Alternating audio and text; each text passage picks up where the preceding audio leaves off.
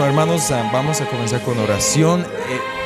Yo creo que eso es apropiado, ya que el tema que vamos a tocar es la vida devocional del creyente. O cómo podríamos ponerle título, cómo crecer en la fe cristiana. Entonces, primero oremos. Padre Santo, pedimos tu bendición sobre este tiempo que nos has concedido en esta mañana. Gracias por la ponencia que ya hemos escuchado y bendice ahora estas reflexiones sobre la vida cristiana, sobre cómo crecer en fe, conocimiento, amor, servicio hacia ti, nuestro Salvador, y tu Hijo Jesucristo. Esto pedimos en el nombre de Jesús. Amén. Bueno, si ustedes van a cualquier librería cristiana, no hay carencia, ¿verdad? O hasta en Google, si ponen en Google devociones cristianas, de devocionales cristianos, es que les va a salir como hasta, en español, entre 500,000 y más de 1,000,000 de resultados.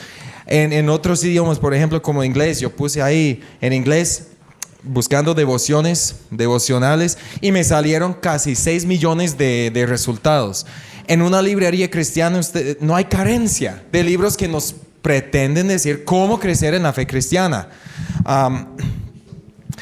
Y yo creo que es precisamente debido a esta disponibilidad y ubicuidad de recursos, y muchos, sinceramente, de lo que yo he investigado de origen y calidad dubitativas, debido a esta disponibilidad y esta ubicuidad, es que esos libros, esos recursos han formado en la mente de muchos cristianos un cierto concepto de la vida devocional del cristiano, o de lo que significa crecer en la fe, o lo que significa ser espiritual, ¿verdad? En sus mentes, ¿cuál es más espiritual? ¿Orar 15 horas al día o trabajar 14 horas al día, 15 horas al día? Muchos van a si yo tan solo pudiera dedicarme a 15 horas de oración por día, yo sería mucho más espiritual, mucho más cercano a Dios que antes. Yo creo que es mentira, sinceramente. No es necesario. Pero ¿sabe la idea que el cristiano moderno tiene en su mente de la vida devocional, de la vida de santidad, de la vida espiritual? Es honestamente casi una vida de monasterio. La vida de los monjes y monjas. Pero no fue así en la Reforma Protestante. No fue el concepto que tenían los reformadores, y no es el concepto, sinceramente, que tiene la Biblia. Entonces, espero que lo que nosotros decimos hoy desmienta ese concepto y es el concepto medieval del monasterio o del místico. Bueno, el concepto que tiene la Biblia es diferente. Y otra observación sobre esos recursos, este sinfín de recursos, es que todos los que yo he consultado enfatizan sobre cualquier otra cosa la importancia de la oración. Ahora, no quiero que me malentiendan, yo no quiero minimizar la importancia de la oración, pero es muy interesante que todos estos recursos que yo he consultado enfatizan sobre todo la oración. ¿A expensas de qué? Quizás se está preguntando. Bueno, vamos a ver. Por ejemplo, John MacArthur en su libro Solo con Dios comienza con la oración. En su introducción está hablando de la oración de un solo. Y se refiere a la oración como un aspecto imprescindible de la vida cristiana. Él cita a Martin Lloyd-Jones, que dice: la oración es más allá de cualquier duda la actividad más alta del alma humana. Y otro escritor dice, en su manual de oración, Kenneth Boa, dice: el crecimiento espiritual es imposible aparte de la práctica de la oración. No obstante, yo creo que reducir la devoción cristiana a la práctica, una sola práctica, elevándola al lugar de primacía y eminencia en la vida cristiana, quizá haya contribuido al concepto tan individualista de la devoción cristiana, de la vida cristiana que nosotros vemos en la iglesia hoy. Y eso se debe a que la oración en sí es normalmente vista como una actividad principalmente privada e individual. Entonces tenemos una actividad principalmente privada e individual que hemos elevado a un lugar de primacía como la práctica más importante de la vida cristiana. Y con razón, nuestro concepto de la espiritualidad cristiana es individualista. Aunque yo creo que no tiene que ser así, porque yo creo que es mentira que la oración sea estrictamente individual o individualista o personal. De hecho, como veremos a continuación, ¿cómo nos enseñó a orar Jesús? ¿No fue Padre Nuestro? ¿Verdad? No se llama esa oración el Padre Nuestro, no es el Padre mío, es el Padre Nuestro. Entonces, hasta la oración tiene un carácter comunitario. Es de la comunidad cristiana. Como dije, no quiero minimizar su importancia, pero es interesante que todos los libros sobre el crecimiento espiritual enfatizan sobremanera esa práctica a expensas de otras, que o son más importantes o tienen la misma importancia para nuestro crecimiento en la fe. Lo que espero hacer en esta charla es enfatizar primero, hermanos, el carácter comunitario, el carácter comunitario de la devoción y espiritualidad cristianas.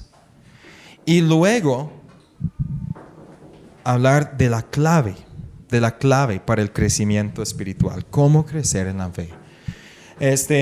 Bueno, pensemos en este concepto del carácter comunitario de la devoción cristiana. Y comienzo así, ¿por qué? Porque nosotros vivimos en una época muy individualista.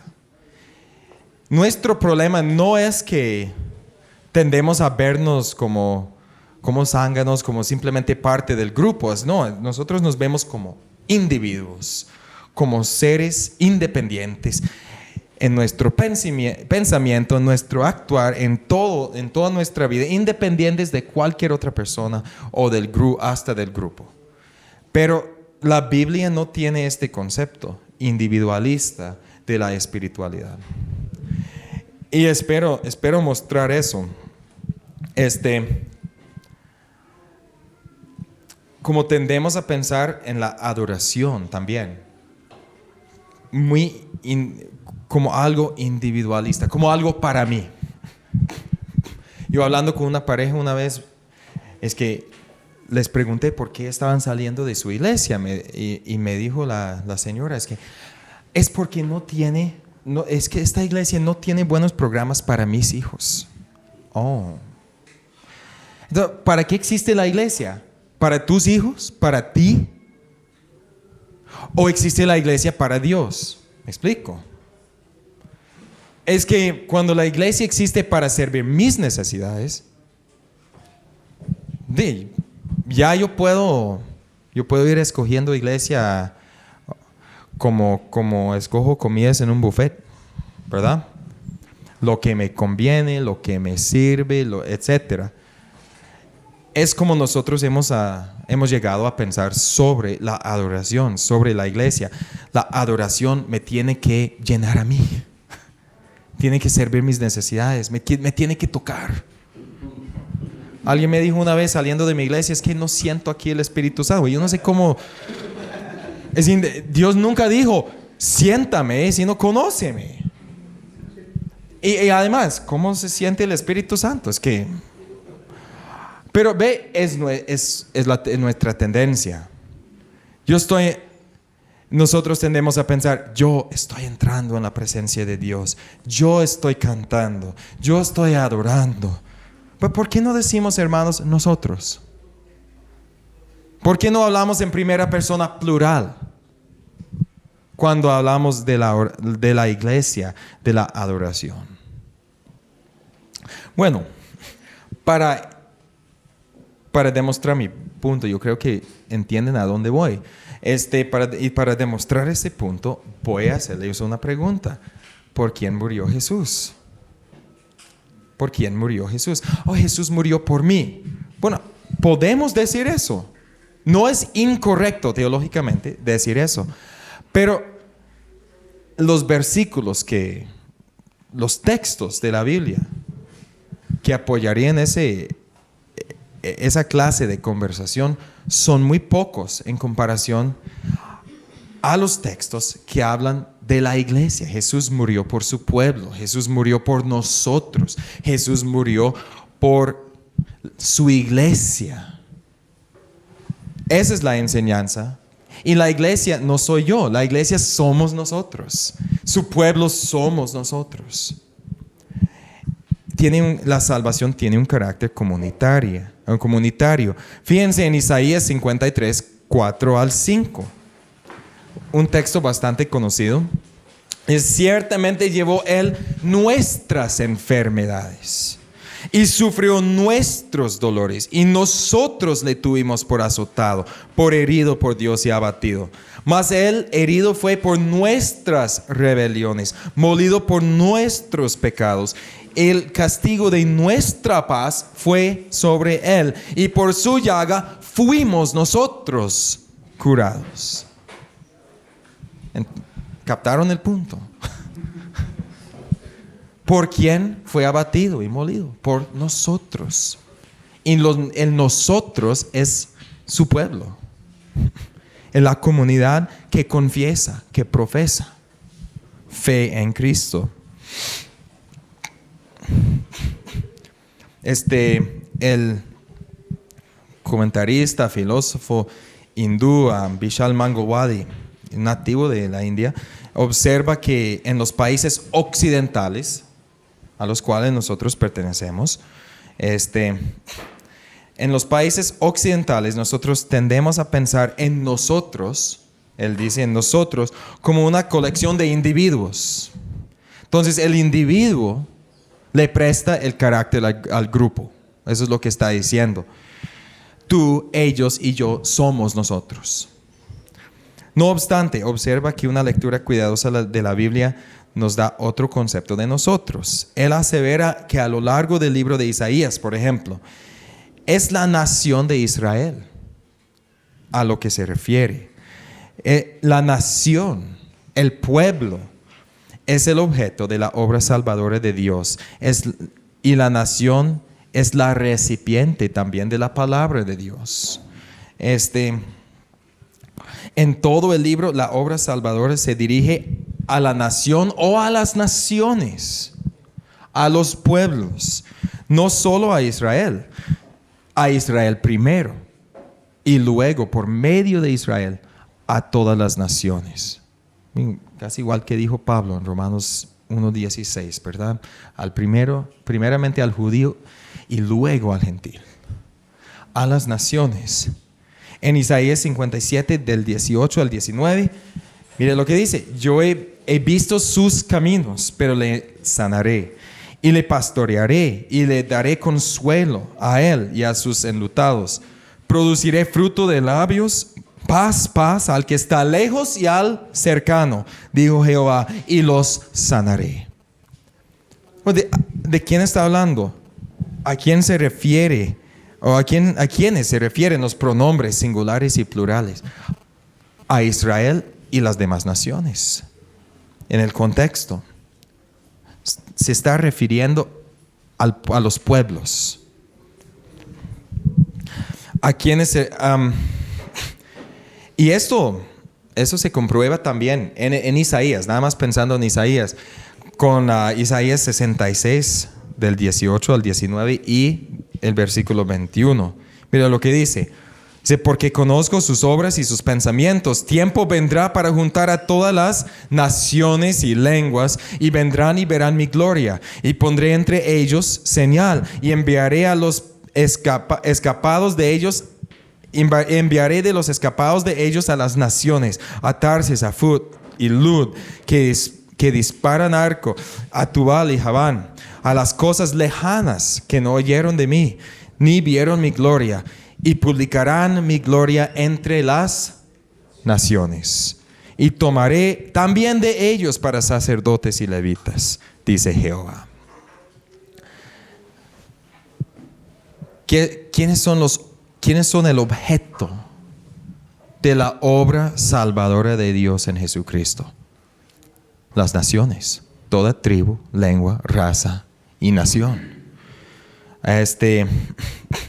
Por eso en Apocalipsis 22:2 leemos, en medio de la ciudad, en medio de la calle de la ciudad y a uno y otro lado del río estaba el árbol de vida que produce 12 frutos, dando cada mes su fruto. Y las hojas del árbol eran para la sanidad de las naciones. Y solo mediten en estos. Sí, vamos aterrizando en este punto, pero solo meditemos en estas observaciones. En el cielo, la Biblia, en la visión que nos da del cielo, de la gloria, en Apocalipsis, en la Biblia enfatiza el carácter comunitario de la adoración celestial. ¿No es cierto? Que dice, después de esto miré, y he aquí una gran multitud, la cual nadie podía contar, de todas las naciones y tribus y pueblos y lenguas que estaban delante del trono y en la presencia del Cordero, vestidos de ropas blancas, con palmas en la mano, y clamaban a gran voz diciendo, la salvación pertenece a nuestro Dios que está sentado en el trono y al Cordero. Apocalipsis 7 del 9 al 10. Fíjense también en el carácter de nuestra Biblia. Los libros a quienes fueron dirigidos a individuos, excepto uno, Filemón, y hasta dos, Tito, Timoteo, pero esa es instrucción para la iglesia también. Al final y al cabo, no fueron, 3 de 66. Los demás, dirigidos específicamente a grupos, a la iglesia, a Israel o a la iglesia de Éfeso. Pero hasta esas cartas, lo más seguro fueron circulares. Entonces fueron dirigidos a esta iglesia con la intención de que se circularan entre otras. Hasta las 7 cartas proféticas de Apocalipsis son dirigidas a iglesias específicas y al mismo tiempo a todas las iglesias. Por eso al final de cada carta dice, el que tiene oídos, oiga lo que el Espíritu Santo dice a las iglesias. Entonces no es solamente para la Odisea, Smirna, etc. Es Filadelfia, es para toda la iglesia. Igual. Pablo escribe a los santos. No a uno y otro santo, sino a los santos. Jesús nos enseñó, lo hemos mencionado, nos enseñó a orar, Padre nuestro, enfatizando nuestra unión y unidad en la espiritualidad, en la oración. Y Cristo murió, como dijimos, por su iglesia. Solo tenemos que meditar, no lo vamos a hacer a fondo, pero solo se tiene que meditar en Efesios 5, del 24 al 33. Que Cristo murió por su iglesia, que es su esposa, la cual está purificando, la cual está preparando para presentar a sí mismo la iglesia en toda su pureza, en toda su gloria, sin mancha, ni arruga, ni cosa semejante. ¿De quién está hablando? La iglesia. La iglesia. Todos nosotros.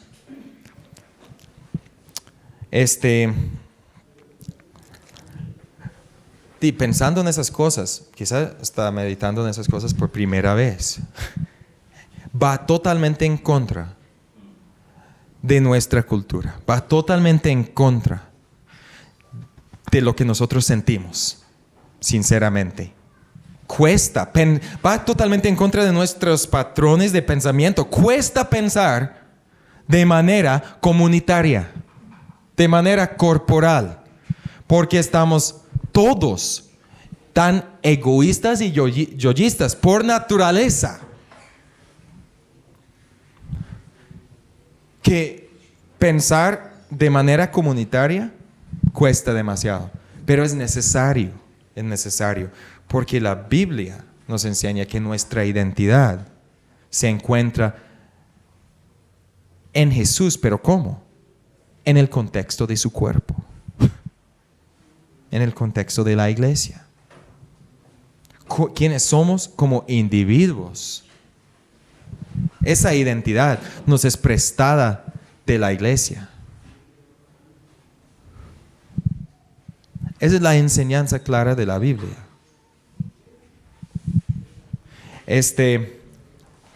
Y termino con termino esta parte con este pensamiento de Mangalwadi.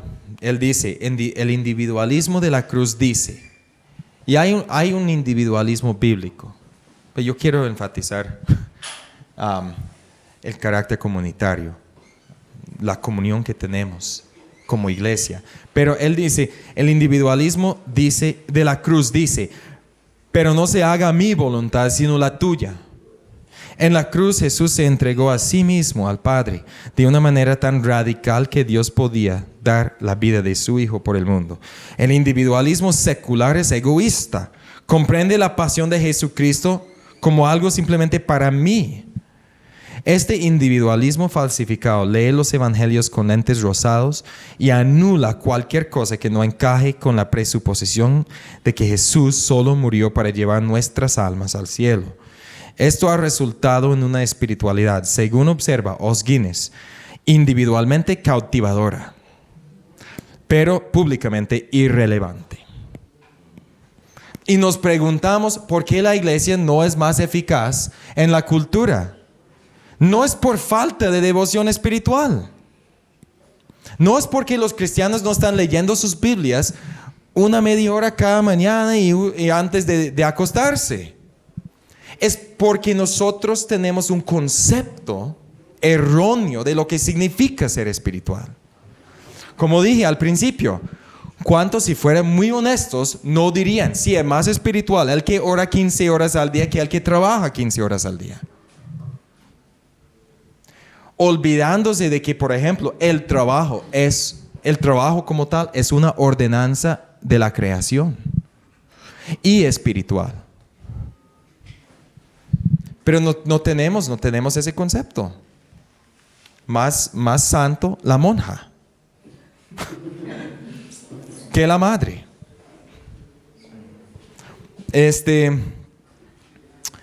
Dice que es individualmente cautivadora, pero públicamente irrelevante. Ha llegado a ser la fuente de la influencia cultural de la iglesia en Occidente. Que si creemos que nuestro crecimiento espiritual no es solamente para nosotros como individuos, sino para el beneficio de nuestros hermanos, o no es algo que nosotros fomentamos solamente en privado, individualmente, sino algo que se fomenta en comunidad. Eso tiene que cambiar nuestra perspectiva sobre la espiritualidad y hasta sobre cómo vivimos en el mundo. ¿Cuál es nuestro lugar en la iglesia, nuestro lugar en la sociedad? No como cristianos individuales, sino como la iglesia.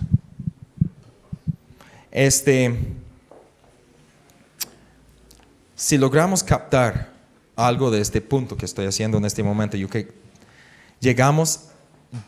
llegaremos a la siguiente conclusión: que toda devoción privada y familiar, porque tampoco, hermanos, la familia es la iglesia, no son idénticas.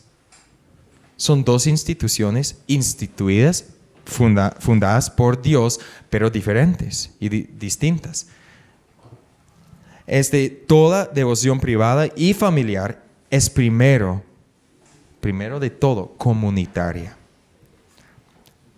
eclesial, voy a decir eclesial, en la comunidad de los creyentes. En otras palabras, la devoción cristiana comienza y es nutrida continuamente en la iglesia, en el seno de la iglesia. Puede ser muy radical ese concepto, pero es el fundamento de todo lo que voy a decir a continuación. Aprovechando este concepto y el concepto de la adoración de la iglesia,